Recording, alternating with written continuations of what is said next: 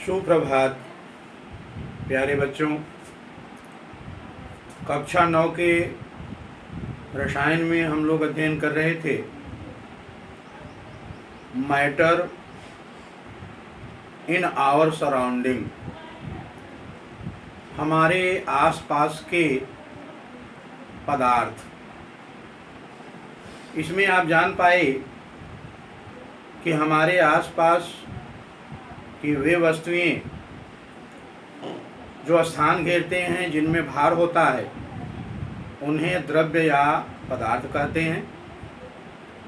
और आप यह भी जानें कि सभी पदार्थ छोटे छोटे कणों से मिलकर बने होते हैं।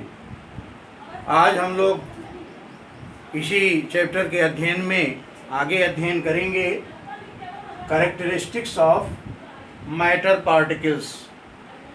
Characteristics of matter particles, Hindi में पदार्थ कणों के अभिलाक्षणिक गुण।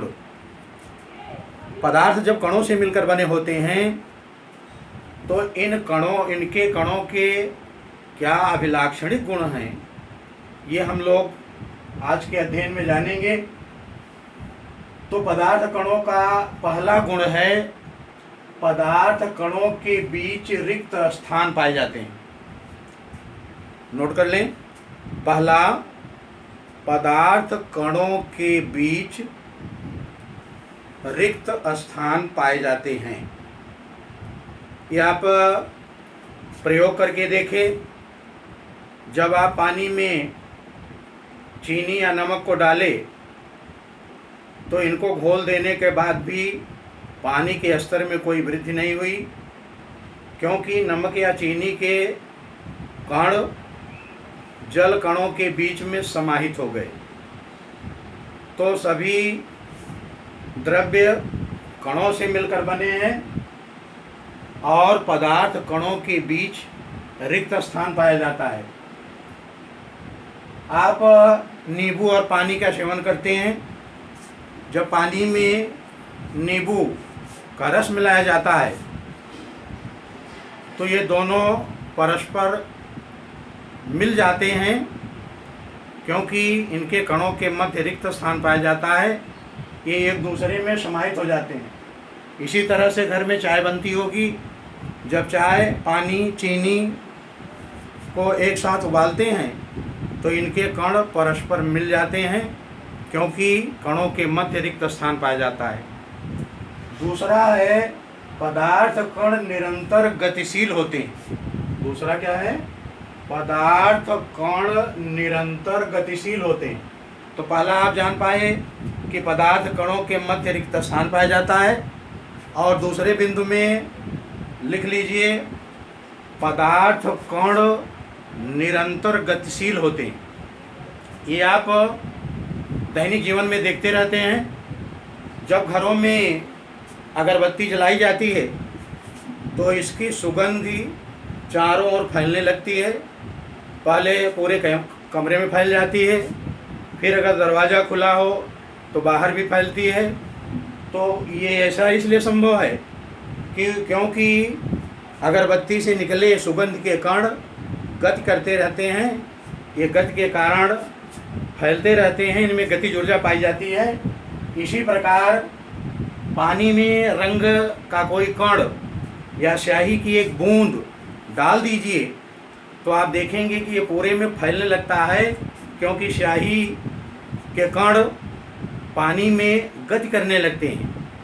तो दूसरा आप जान पाए कि पदार्थ कण निरंतर गतिशील होते हैं। इसी से संबंधित है डिफ्यूज़न, विसरण। डिफ्यूज़न इंग्लिश में और विसरण। दो पदार्थों के कणों का विसरण क्या है? दो पदार्थों के कणों का परस्पर मिल जाना, मिश्रित हो जाना, ये विसरण कहलाता है। इसको नोट कर लेंगे। विसरण दो विभिन्न पदार्थों के कणों का परस्पर मिलना।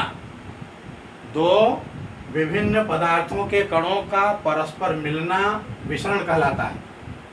और तीसरा पॉइंट है, अभिलाक्षणिक गुण है। पहला आपने लिखा कि पदार्थ कणों के मध्य रिक्त स्थान पाए जाते हैं। दूसरे पॉइंट में आप जान पाए कि पदार्थ के कण निरंतर गतिशील होते हैं। और तीसरा लिखिए, पदार्थ के कण एक दूसरे को आकर्षित करते हैं। पदार्थ के कण एक दूसरे को आकर्षित करते हैं। अगर इन्हें आप अलग करना चाहेंगे तो बल लगाने की ज़रूरत पड़ेगी। लोहे की एक कील ले लीजिए, आप खींचेंगे तो ये अलग नहीं होंगे, इनको काटना पड़ेगा। चाक का एक टुकड़ा ले लीजिए, जब आप खींच कर तोड़ेंगे तो बल लगाना पड़ेगा, क्योंकि लोहे में लोहे के कणों और चाक में चाक कणों के मध्य आकर्षण पाया जाता है, जिसको अलग करने में बल लगाने की ज़रूरत पड़ती है। इसी से संबंधित है कोहेसिव फोर्स। कोहेसिव फोर्स जिसे हिंदी में ससंजन बल कहते हैं। ससंजन बल क्या है? एक ही पदार्थ के अणुओं के मध्य, एक ही पदार्थ के अणुओं के मध्य कार्य करने वाले आकर्षण बल को ससंजन बल कहते हैं। फिर से नोट कर लें, एक ही पदार्थ के कणों के मध्य कार्य करने वाले आकर्षण बल को ससंजन बल कहते हैं। तो इस तरह से कैरेक्टरिस्टिक्स ऑफ मैटर पार्टिकल, पदार्थ कणों के अभिलाक्षणिक गुण में आप 3 गुण जान पाए। पहला, पदार्थ कणों के मध्य रिक्त स्थान पाए जाते हैं। दूसरा, पदार्थ कण निरंतर गतिशील होते हैं, इसी से संबंधित विसरण। और तीसरा, पदार्थ के कण एक दूसरे को आकर्षित करते हैं और इसी से संबंधित ससंजन बल का अध्ययन किए। तो इस क्लास में आज इतना ही, शेष अगले कक्षा में चर्चा करेंगे। धन्यवाद।